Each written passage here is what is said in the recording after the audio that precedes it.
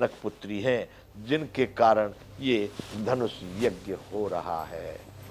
सारी बात करते करते इधर राम जी लक्ष्मण जी से बात कर रहे, उधर सीता जी चिंता में पड़ी है कि दोनों किशोर कहाँ देखे थे तेरे। उस अपनी सहेली को, सखी को पूछ रही, तू किधर देख के गई थी, कहाँ है, दिखा, बता। देखो देखो, चारों तरफ देख रही है। चितवत चकित चहूं दिस सीता, कहाँ गए नृप किशोर मन चिंता। चारों ओर चकित होकर के सीता जी सभी सखियां देख रही हैं, ढूंढ रही हैं, किधर गए किधर गए, कहाँ गए नृप किशोर मन चिंता। राजा के कुमार किधर चले गए। सबके मन में चिंता हो रही कि लौट तो नहीं गए होंगे, फूल तोड़ करके लेकर के चले तो नहीं गए, हमको दर्शन हो पाएंगे कि नहीं हो पाएंगे। सबकी सब बड़ी चिंता पड़ रही है। कोई उधर ढूंढ रही है, कोई उधर ढूंढ रही है, कोई उधर ढूंढ रही है। जहां सीता जी की, राम जी को दिखाई दे रही है, वो झाड़ी पे खड़े हुए थे फूल तोड़ रहे, राम जी को सब दिख रही है, लेकिन उनको राम जी अभी नहीं दिख रहे। जहां बिलो की मृग सावक नैनी, मृग सावक, सावक कहते हैं बच्चा। मृग के बच्चे की आंखें बिल्कुल ठीक मनुष्य जैसी होती है, बड़ी सुंदर, सबसे सुंदर आंखें अगर बताई गई है संसार में तो मृग की। हिरण से सुंदर आंखें किसी की नहीं होती है, और हिरण के बच्चे की आंखें बड़ी सुंदर लगती है। सीता जी की आंखों की उपमा यहां दे रहे, मृग सावक नैनी, मृग के बच्चे की जैसी आंखें हैं, मृग के बच्चे जैसी आंखों वाली सीता जी। जहां बिलोक, जहां पर देखती हैं जनु तहां बरसे कमल सित श्रेणी। लगता है जहां वो आंख खाली सीता जी जहां दृष्टि डालती है, वहां मानो श्वेत कमलों की कतार बरस जाती है। ऐसा दृश्य हो जाता है, उनकी दृष्टि पड़ते ही सब कमल जैसा वातावरण, श्वेत कमलों की पंक्तियां लग जाती है। बड़ी चिंता में सभी सखियां इधर उधर ढूंढती फिर रही हैं। तब तक एक सखी की नजर पड़ गई, देखो वो खड़े, वो झाड़ी में देखो फूलों की में, लता ओट तब सखिन लखाए, श्यामल गौर किशोर सुहाए। लता, बेल की पीछे बड़ी एक बेल की लता, लता थी जिसमें फूल थे। राम लक्ष्मण फूल लेने वहां पर आए हैं, तो सखियों ने बताया, देखो देखो वो खड़े हैं, वो लता के पीछे देखो। लता ओट तब सखिन लखाए, दिखा दिए, देखो वो खड़े हैं।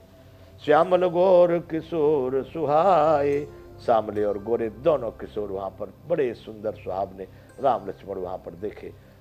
सीता जी की दृष्टि पड़ती है, तब राम जी नहीं देख रहे उधर को। देख रूप लोचन ललचाने, हर से जनु निज निधि पहचाने। बंधु ये सब कहानी चल रही है, नारद जी पहले बता चुके थे कि तुम्हारा विवाह उसी के साथ होगा जो तुमको पुष्प वाटिका में मिलेगा। इसलिए सीता जी, क्योंकि नारद की बात, नारद, जिसकी बात कभी रद्द न हो उसको कहते हैं नारद। नारद, सभी राजा जितने भी देवता ये सब होते थे, सबके यहाँ नारद जी सबकी भविष्यवाणी करते, सबकी कुंडली देखते। तो नारद जी ने पहले कह रखा था, इसलिए सीता जी बार बार देख रही है कि यही, ये जो है यही मेरा पति होने वाला है। ये उनको पता था कि यही मेरे। तो देख रूप लोचन ललचाने, राम जी के रूप को देख करके सीता जी की आंखें लालायित हो गई, ललचाने लगी। हर से जनु निज निधि पहचाने, उनके लोचन इस तरह से प्रसन्न हुए, उन्होंने अपना खजाना पहचान लिया। मानो कि यही है जो नारद जी ने कहा था, हर से जनु निज निधि पहचाने। अपना खजाना, अपनी निधि, अपनी संपत्ति यही है, पहचान लिया अपनी संपत्ति यही है। ऐसा पहचान करके उनके नेत्र बड़े प्रसन्न हुए। जैसे राम जी के लोचन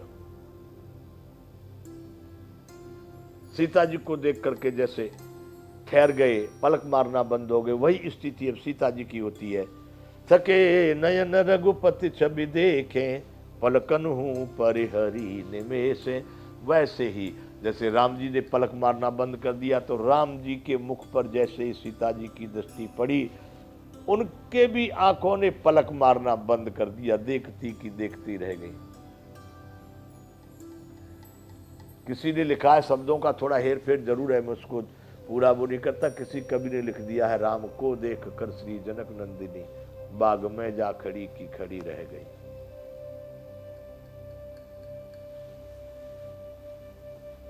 होना चाहिए ये कि बाग में जाकर के जनक नंदिनी श्री राम को देख खड़ी की खड़ी रह गई। पहले बाग में गई है, बाद में राम जी देखे। यहां शब्दों का फेर है। राम को देख कर श्री जनक नंदिनी बाग में जा खड़ी की खड़ी रह गई, नहीं, बाग में जा श्री जनक नंदिनी राम को देख खड़ी की खड़ी रह गई। तो बंधु या स्थिति वो हुई कि थके नयन रघुपति छवि देखे पलकन हूं परिहरी निवेश। राम जी की छवि देख करके उनकी आंखें थक गईं और पलकों ने भी पलक गिरना उठाना बंद कर दिया। अधिक स्नेह देह भई बोरी, बड़ा भारी प्रेम है राम जी के चरणों में, राम जी से। उनका शरीर भोरी मतलब ऐसा शरीर हो गया उनका, बेहबल हो गया, बेकाबू हो गया शरीर। अधिक स्नेह देह भई भोरी, शरद शशि जनु चितव चकोरी। सर्दी का जो पूर्णमासी का चंद्रमा होता है, सर्द पूनम का चंद्रमा सबसे सुहावना होता है, क्योंकि उस समय बरसात गया होता है। तो कोई भी धूल आकाश के मार्ग में, पृथ्वी से जो धूल उड़ती रहती है उसके कण आकाश मार्ग में बीच में बहुत सारे हो जाते हैं, तो कुछ धुंधला हो जाता है। लेकिन बरसात के पश्चात धूल नहीं होती है, बादल जब साफ हो जाते हैं आकाश निर्मल होता है, इसलिए सर्द का चंद्रमा सबसे सुंदर दिखाई देता है। तो यहाँ उपमा दे रहे उस चंद्रमा को, जो चकोरी एक पक्षी होता है, चकवा और चकवी, वो चकोरी जब देखने लगती है तो पूरी रात पलक मारे बगैर यूं ही देखती रहती है, ऐसा प्रमाण बताया गया। तो बंधु या उपमा दे रहे हैं, अधिक स्नेह देह भई भोरी, शरद शशि जनु चितव चकोरी। मान लो शरद पूर्णिम के चंद्रमा को चकोरी देखते देखते ही रह गई। अब लोचन मग राम उरयानी, दीने पलक कपाट सयानी। आंखों के रास्ते से राम जी को अपने हृदय में धारण करके पलक रूपी किवाड़ों को उन्होंने बंद कर दिया। लोचन मगरा मही उर आनी, आंखों के मार्ग से राम जी को हृदय में बैठा लिया। और दीने कपट पलक कपाट सयानी, फिर पलक रूपी किवाड़ बंद कर दिए चतुर सीता जी ने। जब सिय सखिन प्रेम बस जानी, कह न सकें कछु मन सकुचानी। सभी सखियों ने सीता जी की जब ये स्थिति देखी तो वो भी टोक नहीं पाई, लेकिन मन मन में वो भी संकोच में पड़ेगी, क्या कहें सीता जी से, कैसे कहें। ये तो बड़ी प्रेम विवल हो गई है, अब इनको कैसे कहा जाए, क्या रोका जाए।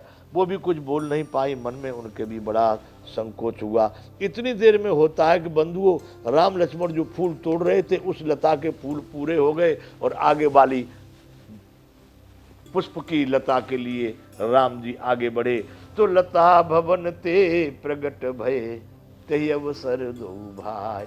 तब तो झाड़ियों के अंदर थे, कम दिख रहे थे, छिप छिप के देख रहे थे। 232वां दुआ बंधु बालकांड का। उसी समय पर जब सखियां देख रही थी, राम लक्ष्मण दोनों उस लता की झाड़ी से निकल करके मैदान में आ गए। लता भवन ते प्रगट भये, ते अवसर दो भाई। निकसे जन जुग बिमल विधु, जलद पटल बिलगाय। ऐसा मालूम पड़ा जिस तरह से दो चंद्रमा, बादल जैसे बरसात में बादल होता है चंद्रमा को ढक लेता है, और जैसे बादल हट जाता है तो चंद्रमा साफ दिखाई देने लगता है, ऐसा प्रतीत हो रहा है कि उस समय दोनों भाई लता मंडल से कुंज से प्रकट हुए, मानो दो निर्मल चंद्रमा बादलों के हट जाने से प्रकट हो गए हों। लता भवन ते प्रगट भये, ते अवसर दो भाई। निकसे जन जुग बिमल विधु, बड़े निर्मल दो चंद्रमा जलद पटल बिलगाए। बादलों की परत को हटा करके मानो चंद्रमा दिखाई देने लगा। दो चंद्रमा, दोनों भाई वहां पर प्रकट हो गए। अब उनकी सुंदरता का यहां वर्णन कर रहे हैं। शोभा सीब सुभग दो बीरा, नील पीत जल जाभ शरीरा। दोनों सुंदर भाई, शोभा की सीमा, उनके शरीर की आभा नीले और पीले कमल की जैसी है।